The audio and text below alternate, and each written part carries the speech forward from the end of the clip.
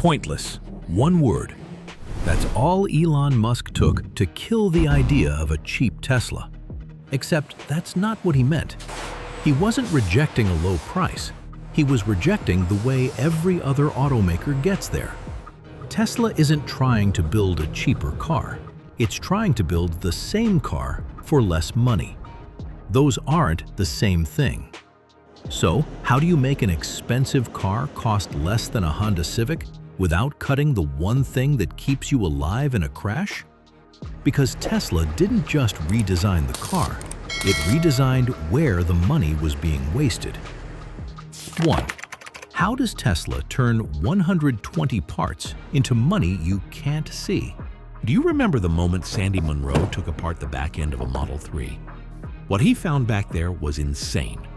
Over 120 separate pieces of metal, all welded, riveted, and glued together just to make one rear structure. 120. That's basically a Lego set built by someone who hates you. Now walk into a Model Y being built in Austin today. That same section, one piece, poured into a mold, cooled, done, in under a second. Munro didn't call it a part, he called it a stone.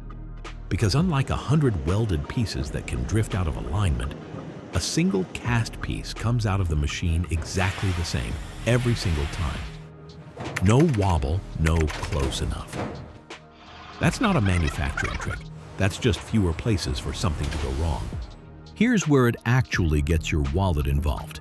Fewer parts means fewer robots welding, fewer humans bolting things together, fewer chances for a $40 an hour line worker to have a bad Tuesday and mess up your car. That's real money Tesla isn't spending on labor, on scrap, on rework. That's one real reason this car can be cheap. Would you rather own a car built from 120 parts or one? I'm curious which side you're on, so let me know. But, and this is the part nobody puts in the same sentence, cheaper to build for Tesla doesn't automatically mean cheaper to fix for you. Independent auto engineers have pointed out the trade-off nobody advertises. That one giant casting is also disposable. Crack it in a fender bender, and you're not swapping a bracket anymore. You're replacing the whole chunk. It's the same reason a broken screen protector is a $10 fix, but a cracked phone screen underneath it is the whole phone. Tesla wins either way. Whether you win or not depends on the crash. And this is where people mix up two completely different things. Gigacasting is already here. Unboxed isn't. Unboxed, the factory system Tesla unveiled in 2023 that builds the front, middle, and rear separately before snapping them together, cutting factory space by up to 40%, is only rolling out for the Cybercab right now, not the affordable Tesla everyone's expecting. However, if the assembly method that was supposed to make this car cheap isn't even running yet, where exactly is the price cut actually coming from? Because it's coming from somewhere. Money doesn't just vanish off a sticker price. We're about to find out exactly where. And it's not where you think. Before we get there, if you've ever stood in a parking lot or on a forum arguing with someone about whether Tesla build quality has actually gotten better or worse, this next part is going to end that argument for you one way or the other. That's worth sticking around for. Subscribe to autogearshift now so you don't miss where this goes. Because part 2 is where the real number lives. 2. What did Tesla actually cut to hit this price? Let's play a game every Tesla owner in America has already played without realizing it. Spot the difference. Take a Model 3 Premium and the new standard trim. Park them next to each other at your local Costco and start counting what's missing. How many differences could you spot before getting inside? Let's comment a number. My take: rear screen, gone. Ambient lighting, gone. Speaker count drops from a full setup down to 7, no subwoofer. AM and FM radio, gone. Auto steer, not included unless you pay extra monthly. And that's before you even sit down. Because here's where it actually gets interesting. Slide into the seat and the vegan leather is gone too, swapped for cloth and fabric inserts. Grab the door pocket in a Model Y standard, and it's hard plastic now. where the premium had it lined in carpet. And underneath you, something changed that you can't even see. Tesla once promoted frequency-selective damping as a major ride comfort upgrade. Lars Moravi even said it isolates shake frequencies in your belly. But if Tesla is looking for more cost reductions, suspension is one of the obvious places engineers would examine. That's a real physical downgrade. Not a screen, not a speaker. An actual mechanical part got simpler and cheaper.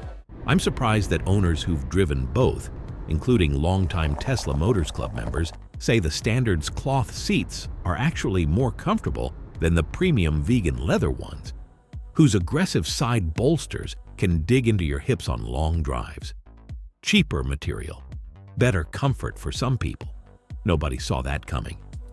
Take a chance.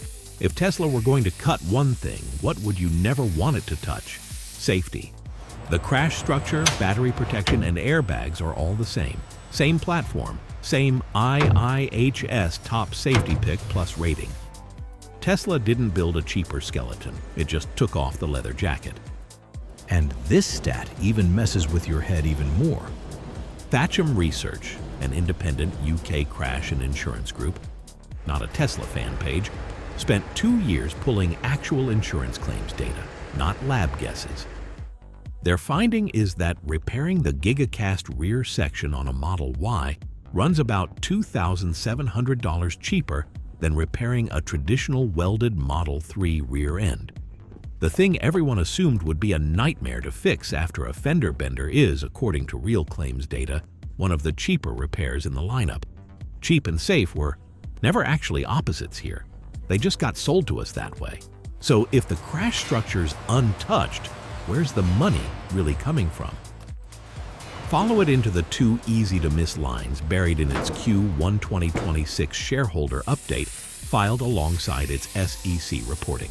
First, cost per vehicle went down because of cheaper materials. Second, ancillary revenue went up, driven mainly by FSD subscriptions.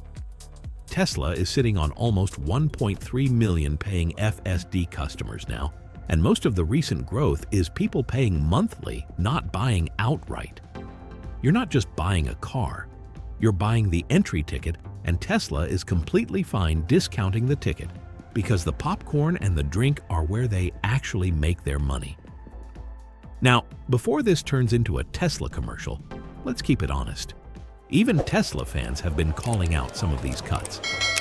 Spend 5 minutes on Reddit and you'll find the same complaint over and over. Tesla may have pushed the standard trim a little too far. And on a few things, they're probably right. They kept the glass roof, but blacked out the headliner underneath it, so you're paying for a feature you can't even see anymore. Cup holders got repositioned at a weird angle where drinks tip on a hard turn. That's not a safety cut. That's someone in an office cutting a line item without driving the car first. Cheap done smart and cheap done sloppy are sitting in the same car right now, and it's fair to call out both. 3.